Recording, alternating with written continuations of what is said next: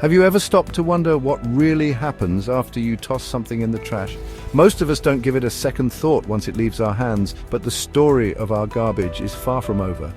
It doesn't just disappear into thin air. It begins a journey that has a much bigger impact on our planet than we might realize. Every bag of trash sets off a chain reaction that affects our environment in ways both visible and hidden. That banana peel, plastic wrapper, or cardboard box you just threw away all end up somewhere specific, and where they land matters for the health of our air, water, and land. Each item has its own path, and some are more harmful than others. So let's put on our detective hats and become waste detectives together. It's time to solve the great throwaway mystery and uncover what really happens to our trash after it leaves our sight. Once the garbage truck leaves your street, your trash joins a massive river of waste collected from homes and businesses everywhere. It's a journey shared by millions of people every single day. The truck heads to a carefully engineered destination, the landfill. This is where most of our waste ends up, out of sight but not out of mind. Landfills aren't just simple holes in the ground, they're complex systems designed to manage waste safely, but even the best ones have limits and they can't hold our trash forever. The journey of your trash is just beginning, involving science, engineering, and some big environmental questions. What happens next can affect our communities and the planet for generations. So next time you throw something away, remember, there is no away. Our choices matter, and the story of our trash is one we all share. Peek inside a typical trash bag. There's food waste, paper, cardboard, and of course, lots of plastic. Now zoom out.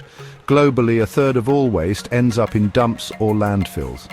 That's a mountain of garbage with huge consequences for our planet's health. Our modern, convenience-driven lifestyle creates more trash than ever before. Single-use packaging, disposable products, and a take-make waste system. For most of human history, waste was minimal and nature could handle it. But plastics and consumer culture have changed everything, and now we face a massive waste challenge. The good news? We can be the generation that solves it. It starts with understanding the problem and using science to find solutions. Most of our trash ends up in landfills, massive engineered sites designed with thick liners to protect the soil and water from contamination. These landfills are carefully managed, but they're still essentially giant storage spaces for our waste. Every day, trucks arrive to dump tons of garbage. Heavy machines roll over the piles, compacting the trash tightly, and then layers of soil are spread on top. This process repeats day after day, building up a huge, organized mountain of waste that grows with every delivery. But when food scraps, yard trimmings, and other organic waste are buried deep in these piles without access to oxygen, they break down in a way that releases methane, a greenhouse gas far more potent than carbon dioxide. In this way, landfills become factories for climate-warming gases and other forms of pollution, contributing to global warming and harming the environment. Now imagine a different path: composting. Here, food scraps and yard waste break down with plenty of oxygen, transforming into nutrient-rich compost instead of harmful methane gas. Composting turns what we once saw as waste into a valuable resource, nourishing the soil, helping plants thrive, and keeping the natural cycle of growth and renewal alive. So we really have two choices: landfill piles that pollute our air and water, or compost piles that restore the earth and support new life. One system pollutes and takes from the planet, while the other gives back and creates something new. The difference couldn't be clearer. So, which pile will you choose to feed? One that harms or one that heals? Composting is great for food waste, but what about plastics, glass and metal? These materials can't be composted and need a different solution. That's where recycling comes in.